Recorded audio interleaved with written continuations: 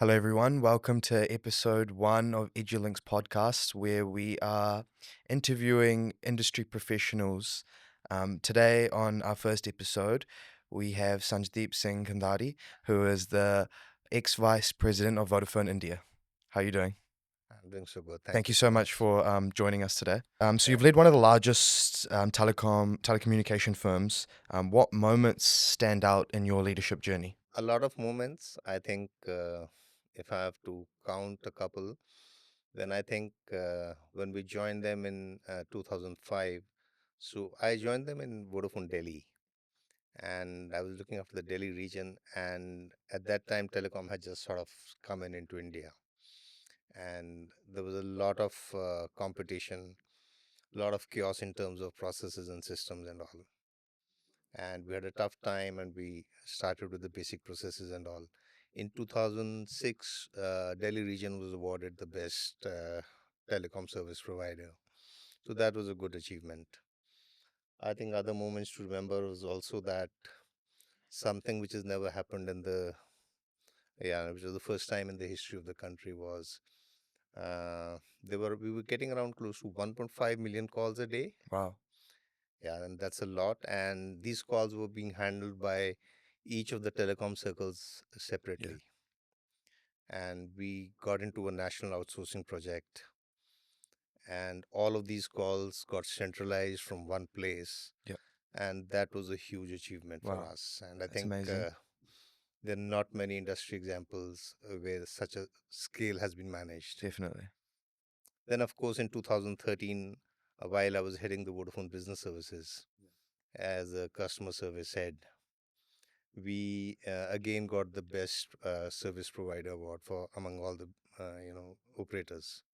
So these were good achievements, I think, Yeah, no, during that's Vodafone. amazing. And um, you said that it wasn't very prominent when you started. So, what were the biggest challenges of working in this industry while it was growing so rapidly? Oh, the biggest challenge was that it was a complete greenfield there, right? Yeah, So it was a completely sales-driven organization, and you just had to. It depended on your efficiency, how soon you could get customers on board. yeah, So when the organization, when the industry is so high, fast-paced, it's very difficult for the back-end infrastructure to catch up. yeah, And the definitely. biggest challenge we had was to get our infrastructure in place to be able to manage the subscribers. I think we used to add 1 million customers a month. We had come to a stage, and everything what you plan for the next 3 months used to go off fire. Mm. So getting the infrastructure in places, getting people in places, getting the team's readiness, getting them trained was a huge challenge Yeah, at that point of time. Then secondly, the regulatory landscape was changing, right? There were new tariffs, new entrants, new rules being set in. And there was no telecom industry before that, right? There yeah, was, telecom was a new industry. So there were no set rules and everything was changing. So working in an organization which was fast-paced, growing organization with no past precedent was a huge challenge. and India's always had a bit of a problem with connectivity, mobile connectivity. Right. There's a lot of regions and villages which are completely off the grid. So, how did you see mobile connectivity in particular evolve during your tenure at Vodafone? Yeah.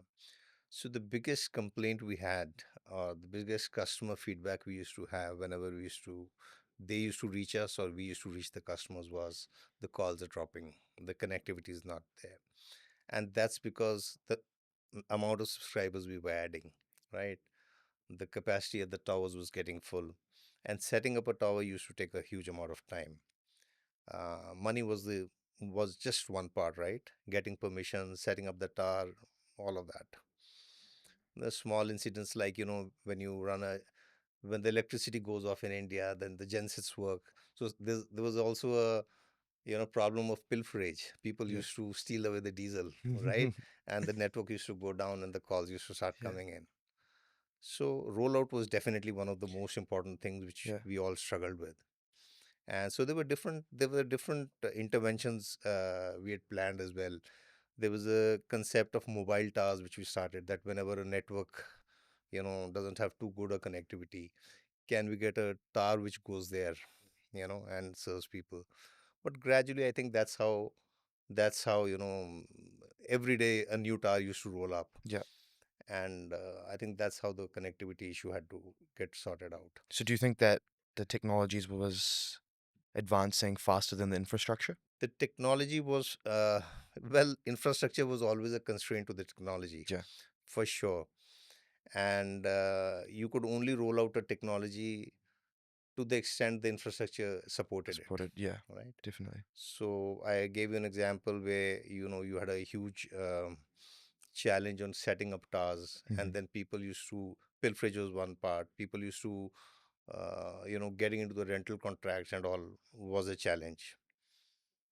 And as we scaled up, and as we scaled up fast, we had to upgrade our systems, like the CRM systems, the backend system, the billing system. Now the billing system was another system where you had to handle such voluminous billing every month. Yeah.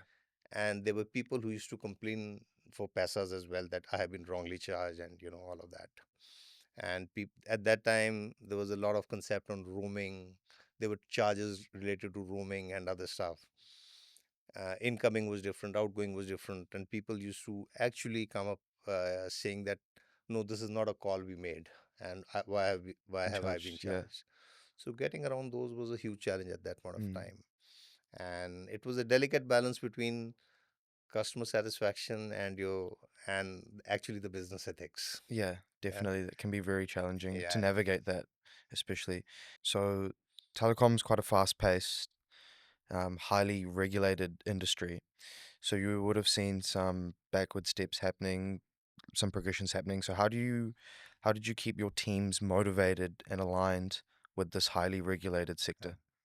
Yeah, as I said, that our teams comprised of professionals from different industries at that point of time. There was no history of telecom, Yeah. right? So, uh, biggest suppliers to our industry were companies like Xerox, Pepsi, Coke. Yeah.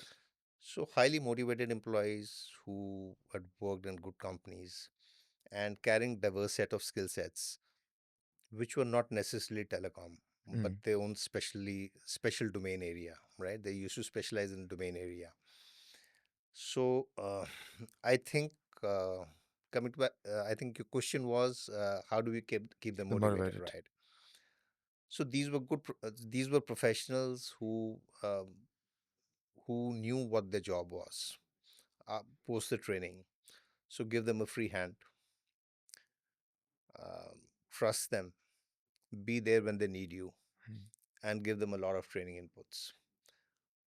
I think that's what it was. And the environment was so fast paced that there was no you couldn't afford any slack. One thing more was the reward schemes which we had Yeah. were highly oriented towards high performance. Mm. So that sort of kept people on their toes. Yeah. The more you put in, the Yeah, more you get. more, yeah. The better you do, the better you perform, and the culture was very, very open and supportive. And I think that's all. If I talk about myself, the team skill sets which I had, like the skill sets of individual people, would be far higher, Yeah. right? And so I knew my subordinates knew more than me, in special areas, and the only point was to Yeah. trust them, and give them a free hand. And so I know that you said you finished in 2013, but being an industry professional, what do you think the future of telecom looks like now? Because now we've got things like 5G, IoT, artificial intelligence. So could you tell me a little bit about how you think the future would is going to be shaped? Yeah, so definitely telecom has evolved from a long time back, right? When it was just a voice media. So it's got data now. As we go ahead, I think data is going to be the name of the game, right? More and more people, and if you talk about, so we're looking at higher reliability. If you're talking about all these applications, reliability has to be very high. We're looking at consistency. We're looking at faster speeds. and probably telecom then becomes the backbone for all of these things, right? Be it IoT, be it AI, be it whatever, Yeah. whatever you have. Yeah. So telecom, a telecom infrastructure has to be the backbone. We can't afford, you know, outages or anything like that. So there's a lot of students that would be interested into coming into this industry. What do you think? What skill sets, or more specifically, what degree do you think they should take, and what pathway do you think they should take to get to where you are? Yeah, so it's a wide field. So you'll have people from different skill sets having, a telecom company would need people from diverse fields, right? So right from people who are accountants or billing specialists, right? You need the IT guys who run all the systems. So IT becomes an essential part. Of course, telecom helps, but you also need marketing specialists, and so MBA becomes very, very, very important. Then you've got customer-facing roles. We definitely need communication specialists. There is a huge requirement of people who belong to the regulatory and legal fields. So I think there is a huge gamut of industry skill sets that one needs to enter the telecom industry, and of course you have the sales professionals as well, right? So I guess a lot. There's a huge, wide array of fields Yeah.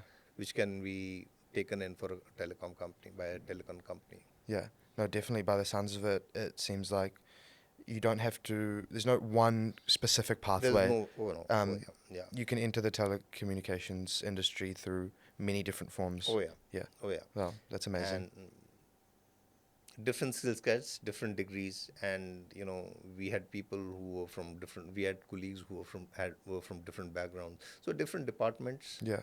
and each department is headed by a specialist.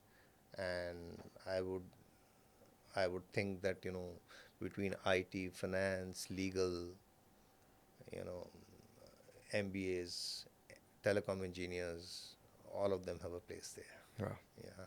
Awesome. And yeah, so moving on. So now this will interest the viewers even more, is how you actually came to be where you ended up. So could you tell us a little bit about your educational background and your journey to becoming the vice president of Vodafone India?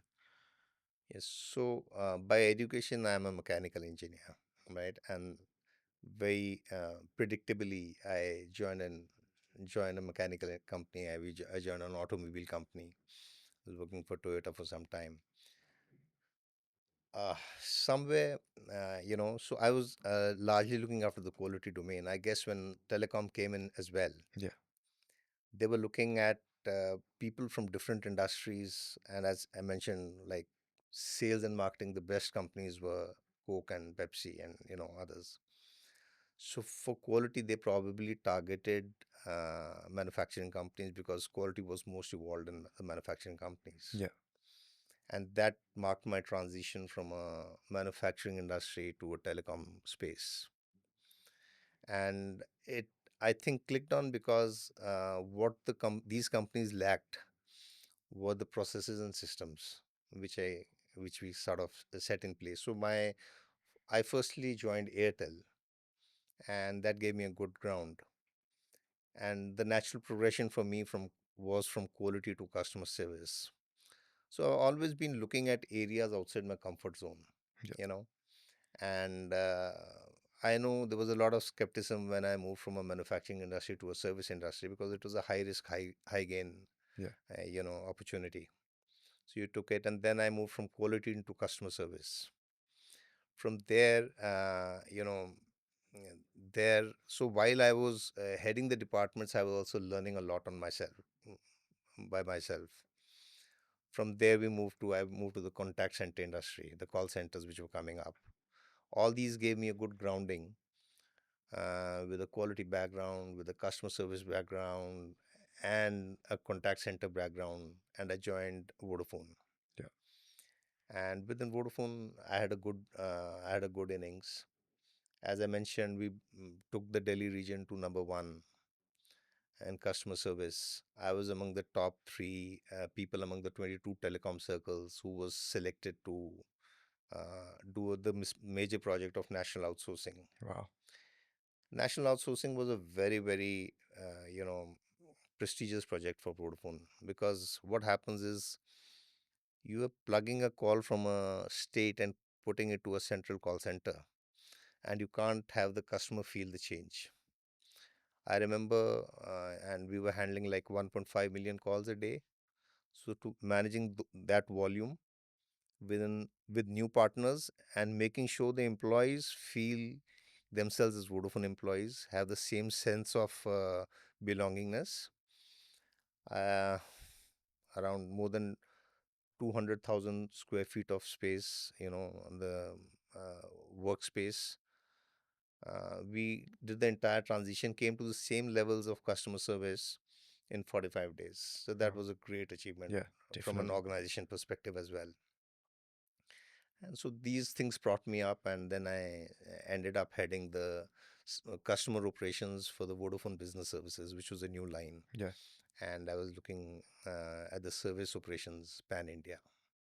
yeah, So that's what brought me there. yeah. Wow, what a journey. That's amazing. And so you think that people shouldn't essentially, if you start off in one career field like mechanical engineering as you did, and then you ended up in telecommunications, it's important that they don't limit themselves to that field. Yeah. I think every field, the experience you have in every field Yeah, adds up to a role which is to come later, right? So my engineering background helped. My stint in qualities and ISO and quality improvement helped me again. When I was in Toyota, I was heading the quality assurance. So again, setting up processes, systems, and training. I was a certified trainer from TMC Japan. So all these skill sets keep on getting added to you. yeah, I think I had my friends, so I think making that jump was important, and one has to take that leap of faith at some point of time, and has to venture into areas outside their comfort zone, yeah, because that's important for your growth. And I also feel that when you come from a field which is beyond, which is not the job, you bring in a lot of skill sets, into that role. So I think, yeah, so you one must look for opportunities, one must look to work beyond your comfort zone. exactly. Yeah, that's great Yeah, advice. yeah. Um, And of course, sorry, upgrading your skills Skills, constantly upskilling. constantly. You can never be too skilled. So today I talk about myself as a customer service guy, right? And that's how I identify myself. A mechanical engineer has, it's a very different thing, right? Yeah, So your skills get upgraded. You have to learn new skills. You have to adjust to people. Your subordinates teach you a lot. yeah. Your seniors teach you a lot, and your role teaches you the maximum. Yeah. Wow, that's amazing. Um, so what bit of advice would you give to someone who wants to break into the telecom or tech leadership industries? It's a fast-paced organization. Uh, you know, you are never penalized for small mistakes or otherwise. It's a very supportive organizations, and the landscape changes so frequently that you have to be a fast learner, and you have to keep your ears to the ground, because the customer pulse also keeps on changing, right? The requirements keep on changing. What was a desire, like some time back, now becomes a given, right? And probably the next rule comes in. I don't remember in my 7 8 years any of the KPIs which we set up when we set into a role. Uh, the KPIs were completely different at the end of the year, right? What we thought would achieve was achieved or was irrelevant, you know. So it's a changing landscape. Um, Quick learner. I know you said quick learning, and I know you said it's quite a customer facing role, with a lot of customer service. There's so many people to appease. Um, Is there any other skills that people should know about if they want to come into the Oh yeah. industry? So communication is extremely important. Yeah. Even if you have to, say no to a customer, the way you tell him or her, uh, the logic you give, and the way you communicate is very important. More important than the communication itself, right? Empathy, of course. A lot of times we end up justifying ourselves. Yeah, we can't do this because this is the way the systems work. But that's not how the customer thinks, right? So you have to step into the customer's shoes and feel the pain. One of the biggest things as a customer service person is that you can't deliver customer service on a one-on-one. So you have to have good systems with you, and having new good systems and upgrading those systems are probably the most important aspect of delivering any customer service. Mm. For example, if you don't have a good CRM software, if you don't have a good voice recording, or if your billing software uh, does not perform, no matter what attributes you have, you're not going to make it anywhere. So your Yeah. systems have to be, you have to have strong systems to back you up. Yeah. And then, of course, as I said, communication, empathy, Yeah. right? And keeping your ears to the ground, talking Definitely. to customers. Yeah. And we used to have these lot of programs in Vodafone where we used to call in customers, and there were different ways. We used to call it a reach out strategy, where we used to make sure that not only us, everyone down the line is talking to customers and getting customer inputs, because that's the only name, that's the only way you can crack it. Otherwise, you keep on doing something and the customer needs something else. Yeah. I think that's the key. That's the key. Wow. Well, thank you so much for joining us today. Sharing your amazing insight into the industry and your career and your progression. Um, yeah. Thank you so much for joining us. Thank you so much for Thank you. calling me over. Yeah. Thank you. Hi, have a great day. Yeah. Bye.